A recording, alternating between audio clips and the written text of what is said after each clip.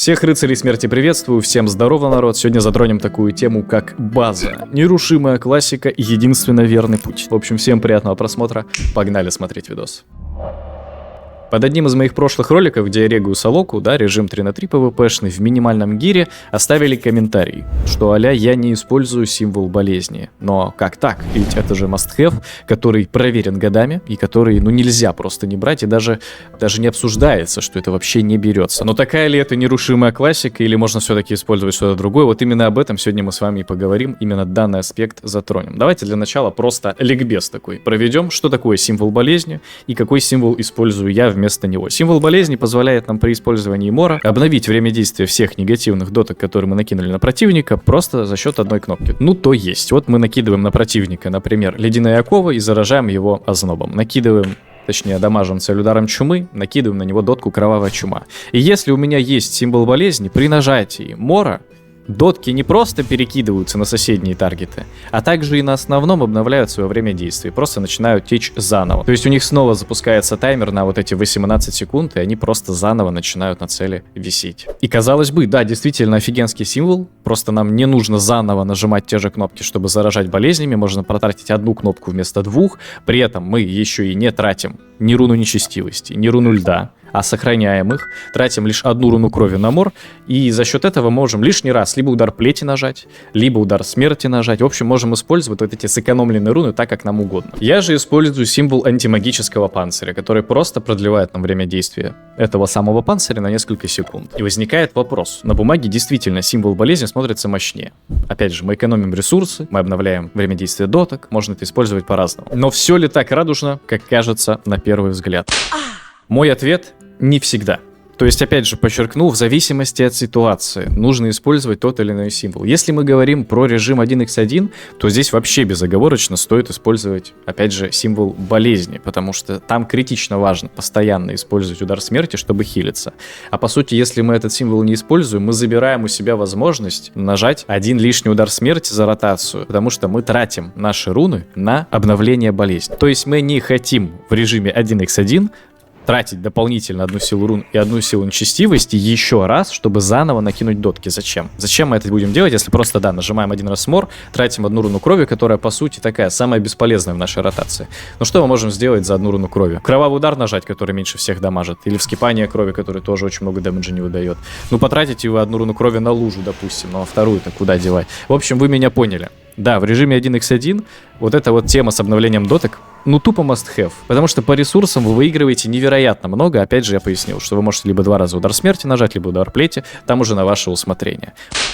Но ведь только режимом 1x1 вся игра не ограничивается, правильно? И вот в тройке уже можно подумать. Как раз таки в том видосе, где мне этот комментарий оставили, я играл именно режим 3 на 3, то есть я регал Солоки. И здесь важно сделать несколько пометок. Во-первых, у меня действительно слабый гир, и по сравнению с оппонентами он невероятно сильно уступает по мощности, и лишние 2 секунды на наш, просто имбалансный сейф, по сути, в виде зеленки, в виде антимагического панциря, это очень даже нехилый баф, который поможет и выживать, и дополнительную силу рун накапливать, потому что вы же знаете, да, весь магический дэмэдж, который в зеленку залетает, он конвертируется в силу рун, просто у вас будет больше копиться. И эти 2 дополнительные секунды на антимагический панцирь уже не кажутся такими бесполезными прямо в игре, когда вам одна молния шамана сносит 30% хп, если вообще не больше.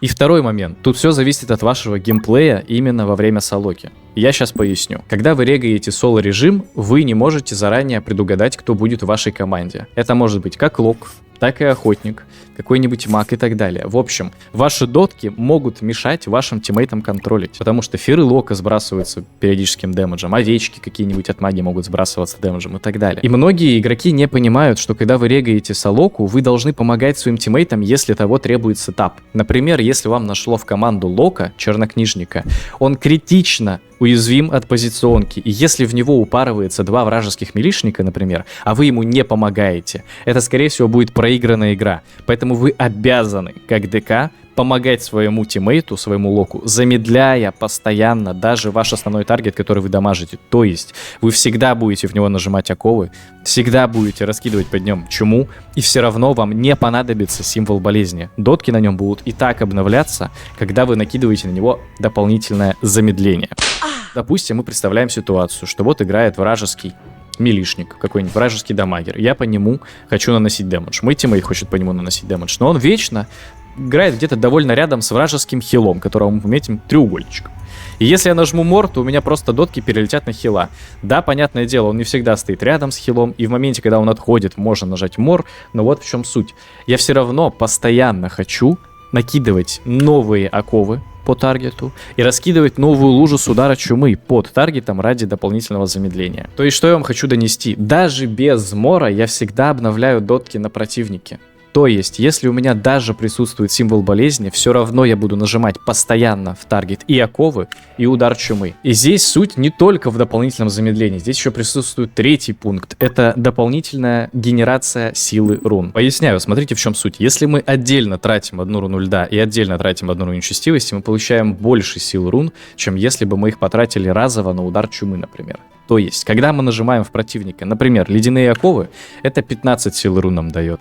Когда мы нажимаем удар чумы, это еще 15 сил рун. Но, если мы нажимаем, например, удар плети, это всего лишь 20 единиц сил рун. То есть на 10 меньше.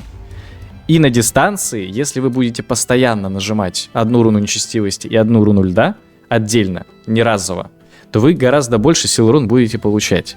Я не говорю, что от этого стоит отыгрывать, но это все равно стоит учитывать в вашем геймплее. А поскольку мы играем на Сирусе, здесь очень много силы, даже если у тебя персонаж без гира, все равно у тебя может быть хоть как-то прокачанная категория, ты закачиваешь себе все в силу, если играешь за анхолика. Кстати, по поводу статов, шмота, билда, это все у меня присутствует в гайде на бусте. Здесь у нас имеется полный гайд Unholy ДК, где я освещаю все основные моменты, рассказываю базу. При этом присутствуют дуэльные разборы против разных классов. Например, Unholy ДК против Ростмага или Unholy ДК против Паладиныча. В общем, все самое неприятное тут разобрано. И есть даже общий разбор всех спеков ДК, можете перейти, знакомиться, он в открытом доступе. Но ДКшникам все не ограничивается, также присутствуют гайды на Паладина, на Чернокнижника, вскоре будет появляться на другие классы. Есть полный гайд по моему PvP-шному аддону и интерфейсам, который я использую, как все настроить, как все передвинуть, чтобы было как у меня, чтобы было красивенько, чтобы было функционально и минималистично. Поэтому, если есть желание поддержать канал копеечкой и получить за это дополнительный контент, то переходи на мой бусти и подписывайся. Цена, кстати, недорогая, как одна кружка кофе, поэтому я думаю, предложение выгодное. Больше не затягиваю, народ, погнали смотреть основной видос. У Unholy'ка присутствует талант порочность, и наша сила атаки увеличивает нам силу заклинаний. Соответственно, чем больше у нас силы, тем больше у нас силы атаки. Чем больше у нас силы атаки, тем больше у нас дэмэджа с магией, тем больнее дамажат наши кайлы. Это я к чему? Что чем больше у вас силы рун, тем больше у вас будет дэмэджа. У Unholy'ка, если не считать гаргулью, если не считать постоянный периодический урон от доток, то самый дамажный спейл — это не удар плети, это койл, который мы можем постоянно нажимать в противника, просто проспамку такую устраивать, пулеметную очередь. Особенно если вы берете правильную расу. На Сирусе можно взять созвездие, где у вас генерация сил рун бесконечно идет. И опять же, если мы это плюсуем с тем, что я рассказал ранее, сила рун у нас будет просто бесконечная, она не будет заканчиваться, и мы будем очень много спамить кайлами. И по итогу получается, что кайлы — это наш основной источник дэмэджа. То есть, подытожим, играя в солоку, вы обязаны отыгрывать не только от лично своих предпочтений, но и от команды. Поэтому, первый пункт, мы хотим постоянно нажимать в наши таргеты и оковы, и удар чумы. То есть дотки и так будут обновляться, по крайней мере, на одном основном нашем таргете, который мы хотим дамажить.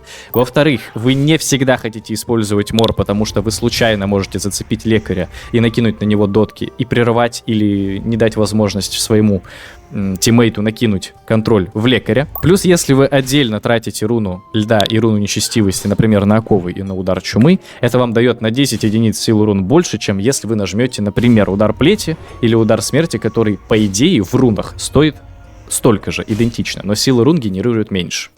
И здесь вам стоит понимать, если вы, как я, постоянно спамите свои замедляющие кнопки, считаете это важным по противнику, то я все-таки вам не рекомендую брать символ болезни за ненадобностью. Вы и так ваш основной таргет всегда будете держать под дотками. Если вы понимаете в моменте, что вот вы накинули дотки на противника и вас сейчас жестко пробивают, вы тогда просто не тратите еще раз эти спылы и нажимаете 2 раза удара смерти. А вместе с символом на увеличение длительности антимагического панциря, скорее всего, вам этого захила хватит за глаза. Плюс вы не в режиме 1x1, у вас есть тиммейт, и я вам говорю, даже в моем гире у ДК слишком много возможностей выживать. У вас и зона антимагии, и антимагический панцирь, и незыблемость льда, и пэта вы можете съесть через смертельный союз, и щитки на вас накладываются через костяной щит, и стойку льда можете принять, и личборн вы можете нажать, чтобы в себя кайлы закидывать. У вас очень много захила. Поэтому в этом плане, в плане захила, вам все равно будет хватать, даже если гир маловат. Просто вам нужно чуть заранее предугадывать заезды по вам и от этого отыгрывать, прожимая определенные нужные сейвы в моменте, не отдавая их просто так. Но если вы понимаете, что такой геймстайл не по вам, если вы хотите просто нажать один раз оковы в противника, один раз удар чумы, и потом все эти дотки обновлять одной кнопкой, да, через мор, и спамить ударом плети, спамить, и по окончанию время действия доток просто их обновлять опять же еще раз одной кнопкой, то тогда, очевидно, берите себе символ болезни и кайфуйте. Опять же, я же говорю, здесь нету правильного и неправильного варианта. Как по мне, символ болезни мне не нужен, когда я играю в режим 3 на 3, и я лучше возьму что-то другое. Для себя я выбрал символ на антимагический панцирь. Но если вы понимаете, что вам он нужен, берите. Это не будет ошибкой, это просто будет верный выбор в условиях вашего геймстайла и ваших предпочтений. Короче, народ, не ограничивайте себя рамками и не бойтесь идти против общепринятых стандартов, если вам так кажется. Не факт, что вы будете правы, но, как говорил Олег Тинькоу, мне похуй, я так чувствую. На этом мы закончим, народ. Всем чао, всем какао, всем пока.